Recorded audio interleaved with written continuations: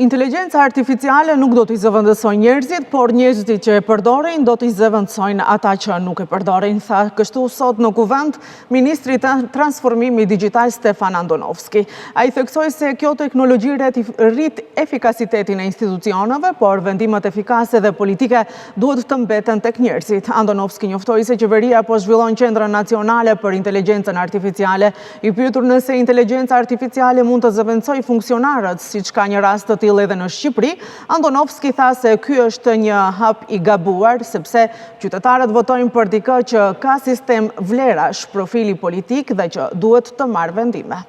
Вештачката интелигенција ќе ги замени, односно луѓето кои што користат вештачка интелигенција ќе ги заменат луѓето кои што не користат вештачка интелигенција и во јавниот сектор и во приватниот сектор. Таа помага работите да се извршуваат побрзо, поефикасно, поточно, посистематично, анализи да се прават побрзо, текстовите да се подготвуваат побрзо, но во ниеден случај не може да зборуваме дека